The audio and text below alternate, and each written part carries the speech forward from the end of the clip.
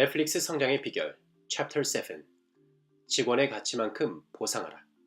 스터디파이와 함께하는 영장문 스터디 16, 17일차 주제문 나갑니다. 무엇을 제공할지 결정할 때 당신은 차선의 지원자 대신 당신에게 필요한 모든 기술과 경험을 갖춘 진짜 훌륭한 이 엔지니어를 영입하면 사업의 미래에 어떤 차이가 만들어질 것인지를 고려해야 합니다. 차선의 지원자는 그 최선의 지원자는 꽤 차이가 있을 수 있습니다. 그리고 차선책을 택함으로써 채용하는데 또다시 석 달이 걸릴 수도 있겠죠. 결국 당신은 차선책을 포기하고 처음 마음에 쏙 들었던 인재와 같은 수준의 기술과 재능을 갖춘 사람을 계속 찾을 수 있습니다. 첫 번째 훌륭한 엔지니어는 추가로 얼마나 많은 매출을 창출하는 데 도움이 될까? 또는 그녀가 엄청난 검색 시스템을 개발해서 당신이 경쟁자를 물리치게 할 수도 있겠죠. 또는 광고에서 타깃을 정확하게 겨눔으로써 매출에 크게 기여할 수도 있을 겁니다. 그녀의 관리 경험이 갖는 가치는 대체 얼마나 될까요? 그녀가 훌륭한 팀장이란 이유로 정말 좋은 팀원이 다른 회사의 제안을 받고도 이직하지 않겠다고 할 수도 있습니다. 특히 당신의 사업 분야에 급격한 혁신이 일어나고 있다면 그녀가 당신의 경쟁사로 가지 않는다는 것에 가치는 얼마나 또 높을까요? 현재 시장 수요와 급여 조사는 당신이 미래에 더할 수 있는 가치를 계산하는 데 전혀 도움이 되지 않습니다. 급여 조사가 참고할 만한 가치가 없다고 말하는 게 아니에요. 다만 전혀 다른 것을 비교하기 위해서 그리고 다른 회사가 지금 얼마를 지급하는지를 계산하기 위해서 그렇게까지 열심히 노력하지 말란 얘기입니다. 그럴 시간이 있다면 당신이 원하는 성과를 내기 위해 얼마를 지불할 수 있을지, 나아가 당신이 향하고 있는 미래에 좀 더 집중하는 것이 낫습니다. 어느 날 구글이 넷플릭스의 일반 직원 중 한 명에게 지금 보수의 거의 2배를 주겠다고 하는 이야기를 들었습니다. 패티는 길길이 날뛰었고 그가 속한 경영진은 전부 다 경악했어요. 근데 그가 매우 중요한 사람이었기 때문에 넷플릭스의 입장에서는 더욱더 당황했죠. 경영진은 그를 붙들어두기 위해서 구글에 대응하기를 바랐습니다. 하지만 패티는 단호했어요. 그 사람한테 그렇게 많은 급여를 지불할 수 있는 근거가 없다. 패티는 그의 관리자를 포함해서 2~3명의 부사장과 열띠개 이메일을 교환했습니다. 패티는 단지 구글이 하느님보다 돈이 많다는 이유로 모든 사람의 급여를 결정하게 해서는 안 됩니다.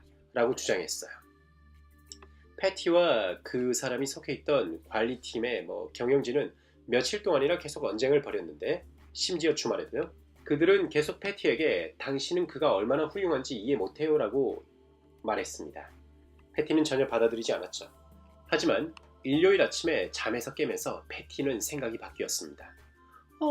당연하지. 구글이 그를 원할 만해. 그들이 오라. 그 직원은 어마어마하게 가치 있는 K나 기술에 힘을 쏟아왔고 세계적으로 몇 명 안 되는 사람이 그 영역에서 그 정도 전문성을 가지고 있지.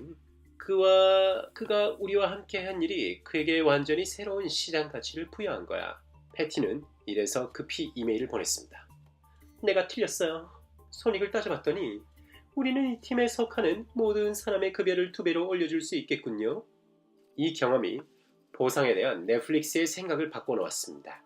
고유의 전문 기술과 희소 가치를 창출하는 일에까지 내부적인 급여를 엄격히 적용하면 결과적으로 회사 재정에 손실을 입힐 수 있다는 걸 깨달은 거죠. 그들은 다른 곳으로 옮겨가 그 기술을 활용할 수도 있고 그러면 넷플릭스는 경쟁력에서 뒤질 수 있기 때문입니다. 넷플릭스는 직원들이 자신들의 가치만큼 대가를 받기 위해 떠나야만 하는 시스템을 사용하지 않기로 했습니다. 동시에 직원들에게 정기적으로 타사의 면접을 보라고 격려했죠. 그럼으로써 넷플릭스는 넷플릭스의 대가가 얼마나 경쟁력이 있는지를 다시 한번 확인하고 또 확인할 수 있게 된 겁니다. 대부분의 기업이 연봉과 그 밖의 보상을 비밀로 해야 된다고 얘기하는데요. 보수만큼 사람의 감정을 상하게 하거나 들뜨게 하고 쑥덕거리기 좋은 소재가 어디 있겠습니까? 하지만 이것이야말로 보수를 투명하게 밝혀야 하는 중요한 이유입니다. 숨기는 것이 없을 때 당신은 직원들에게 다른 이들이 그만큼 보수를 받는 이유를 설명할 수 있죠. 차이를 설명할 수 있는 좋은 근거를 갖고 있다면 회사의 성과 문화를 강화할 수 있는 기회이기도 합니다. 만약 직원들과 공개적으로 나눌 수 있는 근거를 가지고 있지 않다면 그 이유를 살펴봐야 해요.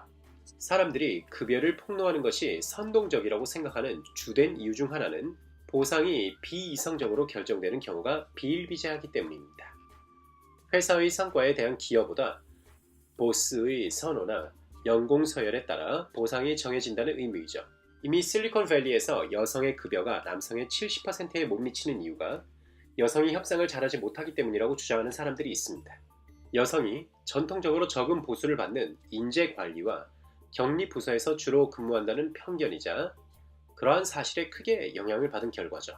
가장 보수가 높은 인재관리 직원이라 해도 기술 인력이 보통 받는 금액의 절반 수준밖에 받지 못해요. 기술 인재의 희소성을 고려할 때 부분적으로 공급과 수요의 불일치가 원인이 되지만 사업의 성과를 이 분야의 실적으로 부여하기 어렵다는 점 또한 반영되어 있습니다. 패티는 여성들의 급여를 동등하게 올려주라고 기업에 권할 때마다 격렬하게 항의를 받는다고 해요. 자기들은 절대 그러지 않겠다고도 하는 어떤 CEO가 이렇게 얘기했습니다. 우리 변호사가 그렇게 하도록 내버려 두지 않을 거야. 패티가 물었습니다. 당신 변호사는 뭘 걱정하는 거죠? 그러자 그가 말했습니다. 글쎄요. 당신도 알잖아요. 나는 소송을 당할지도 몰라요. 갑작스런 얘기에 또 물었습니다. 당신이 당신 회사에서 직원들의 연봉을 인상하겠다고 했다고 고소를 당한다고요? 아마 그런 일은 일어나지 않을 거예요. 그가 말했습니다. No. 그들은 분명히 나에게 소송을 할 거예요.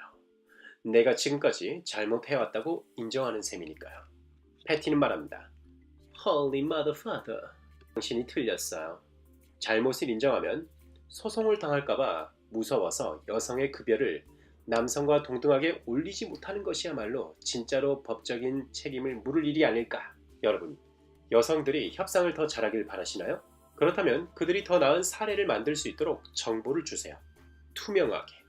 그러면 여성들은 당신이 깜짝 놀랄 만한 수많은 일들을 만들어낼 겁니다.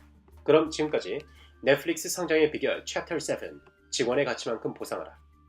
스터디파이와 함께하는 영장문 스터디 16, 17일차 주제문이었습니다. 여기서 여러분에게 또다시 과제를 들어야 되는 저의 과제가 남았군요.